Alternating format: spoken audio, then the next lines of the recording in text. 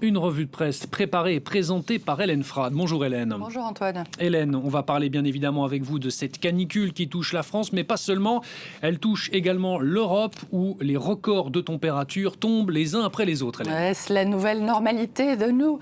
Normal, The Guardian, le quotidien britannique, s'alarme effectivement de cette vague de chaleur qui touche plus de 90 millions de personnes à travers le continent, mais aussi évidemment de ses répercussions sur l'économie, les infrastructures, l'agriculture, les écosystèmes et bien évidemment la santé. El País, le quotidien espagnol, relaie les prévisions de l'Organisation météorologique mondiale. Cette vague de chaleur va probablement se poursuivre les 2 prochaines semaines en se décalant, en se déplaçant vers les Balkans. D'après le New York Times, le changement climatique affecte particulièrement le continent européen qui se réchauffe plus vite que les autres depuis 3 décennies. Le journal cite les chiffres de Copernicus, qui est le service de surveillance climatique européen. Depuis le milieu des années 90, les températures moyennes y ont augmenté de 0,56 degrés. C'est le double, plus du double du réchauffement global.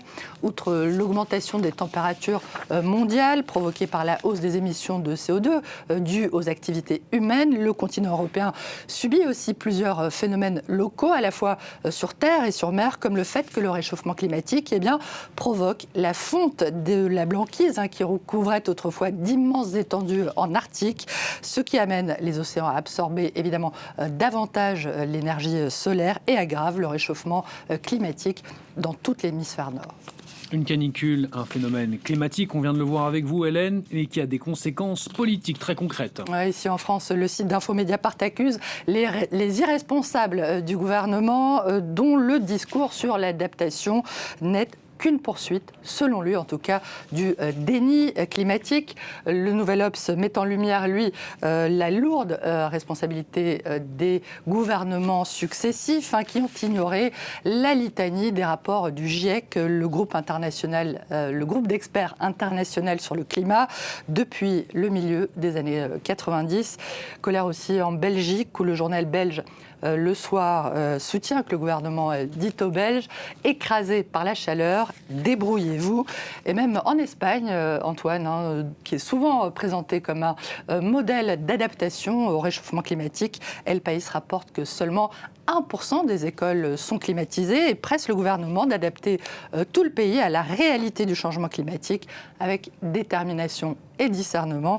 Au niveau de l'UE, l'hebdo allemand Die Zeit relaie l'appel de la Confédération européenne des syndicats.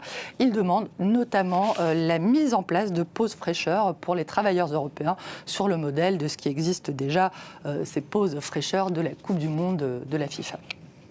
Dans la presse également, Hélène, ce rapport sénatorial, il a été publié hier ici en France et il alerte sur la menace masculiniste. Ouais, selon ce document qui a été consulté notamment par Le Parisien aujourd'hui en France, le masculinisme va bien au-delà d'un simple phénomène de mode sur les réseaux sociaux avec ces figures, ces influenceurs, comme l'américain Claviculeur qui s'est récemment illustré en se faisant rembarrer par des Parisiennes lors de la fête de la musique.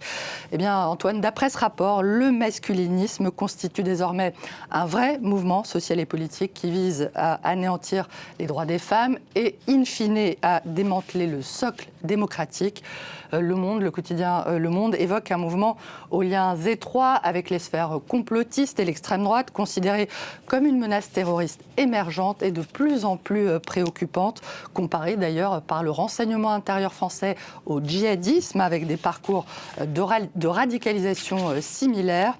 L'essentiel des manifestations de ce mouvement relève toutefois de ce qu'on pourrait appeler la violence ordinaire. Et l'une des auteurs de ce rapport se dit frappée, je la cite, par les récits de filles, de mères, de sœurs qui doivent faire face à des jeunes gens qui tentent d'exercer leur pouvoir sur elles au nom de cette idéologie.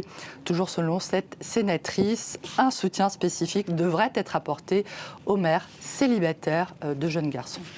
Hélène Frade pour la revue de presse. Merci beaucoup.